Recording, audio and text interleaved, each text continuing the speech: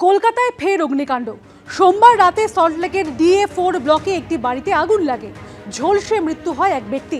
আর ওই সময় তার স্ত্রী ও 5 বছরের মেয়েও বাড়িতে ছিল। তারা কোনো রকমে বেরিয়ে আসতে পারলেও 3 তলার ঘরে আটকে পড়েন দেবশ্রী গঙ্গোপাধ্যায়।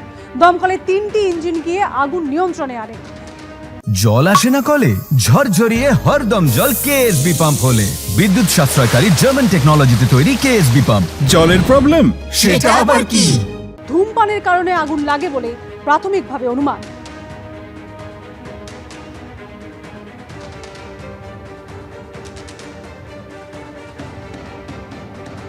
ওদের স্বামী স্ত্রীর মধ্যে সম্পর্কটা তো ঠিক ছিল না। আমার কাছে অনেকবার গেছিল। এবার আজকে যখন হয়েছে তখন ওই নিবেদিতা ও আমার কাছে গান শিখতো, ওর মেয়েও শিখতো। তা ও তখন বাচ্চাকে খাওয়াচ্ছিল, হঠাৎ দেখছে ওপর থেকে ধোঁয়া বেরোচ্ছে।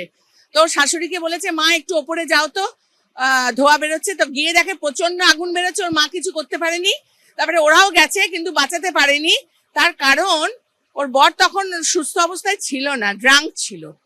ঠিক আছে, সেজন্য কি করে বার করবে, বারটা করতে পারেনি। তখন ওরা চলে এসছে, দমকল ওদের পাশের বাড়িতে বসিয়ে দিয়েছে। এইটা আমার কাছে খবর। শুনলাম ওনাদের নাকি ফলস সিলিং হচ্ছিল, তাতে ইলেকট্রিকের এটে ছিল, ওইটার থেকেও আগুন লাগতে পারে। আমি ঠিক জানি না। দেখলাম ধুধু করে জ্বলছে। উপরে গিয়েছিলাম, দেখলাম কেউ ভিতরে যেতে পারছে না। এটা প্রায় 10টা 5 হয়েছে। হঠাৎ করে আগুন লেগেছে। তারপরে ফায়ার ব্রিগেড এলো। ম্যাসিভ ফায়ার মানে বলছে তো যে ভিতরেই কিছু হয়েছে, কিন্তু কিভাবে হলো সেটা কেউ বলতে পারছে না।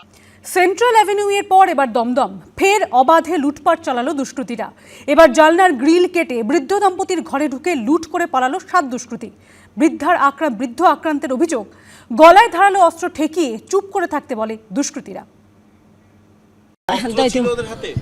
ওই কি আমার কি দেখাইছে জন্য এরকম। হ্যাঁ, মাঝে বললে, চিৎকার করলে মেরে দেবো। অসুস্থ অসহায় বৃদ্ধ দম্পতি, ফের তাদের টার্গেট করলো দুষ্কৃতীরা। সেন্ট্রাল অ্যাভিনিউ এর পর এবার একই ঘটনা ঘটলো দমদম পৌরসভার 7 নম্বর ওয়ার্ডের ললতা স্কুল রোডে। এই দোতলা বাড়িতে থাকেন শয্যাশায়ী শঙ্কর মজুমদার ও তার স্ত্রী পুতুল। ছেলে চাকরি সূত্রে ভিন রাজ্যে। সিসি ক্যামেরার সামনে দিয়ে মুখ বাঁধা অবস্থায়, মাথায় হেলমেট পরে এক এক করে 7 জন দুষ্কৃতী রাস্তা দিয়ে ঢুকে গেল। তারপর জানালার গ্রিল কেটে ওপরে উঠে বৃদ্ধ দম্পতির ঘরে ঢুকে লুট করে পালায় দুষ্কৃতীরা।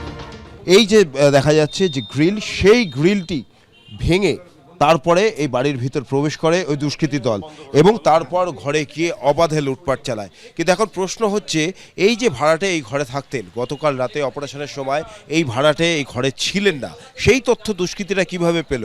এবং সবথেকে বড় কথা, এই বৃদ্ধা যে বাড়িতে একা থাকেন এবং তাদের কাছ থেকে কি পাওয়া যেতে পারে, সেই তথ্যই বা ওই দুষ্কৃতীদের হাতে গেল কি করে? এই বাড়ির একতলায় 2 জন পেইং গেস্ট থাকেন। সূত্রের খবর, তাদের মধ্যে রবিবার রাতে একজন ছিলেন না, আর তার ঘরের জানালার গ্রিল কেটেই একে একে ভিতরে ঢোকে 7 দুষ্কৃতী। মুখ চেপে রেখেছিল, তারপরে বিছনার চাদরও কেটে দিয়েছিল, সব তছনছ করে দিয়ে গেছে। ঢুকেছিল 7-8 জন। হ্যাঁ, জানলা কেটে ঢুকেছে। আপনার এদিকে ক্যামেরা আছে, ক্যামেরার ভিতরে পুলিশ দেখছে সব। তো বাড়িতে সেরকম এখন থাকেও না, বুঝতে পেরেছেন। হয়তো কিছু সোনা দানা টানা নিয়েছে। আমার দিদির গায়ে কিছু ছিল আর কি, নাকে কিছু ছিল, এগুলোও পর্যন্ত খুলে নিয়ে। আক্রান্ত বৃদ্ধার অভিযোগ, ওপরের তলায় উঠে তার গলায় ধারালো অস্ত্র থেকে চুপ করে থাকতে বলে দুষ্কৃতীরা। তারপরই শুরু হয় অবাধে লুট।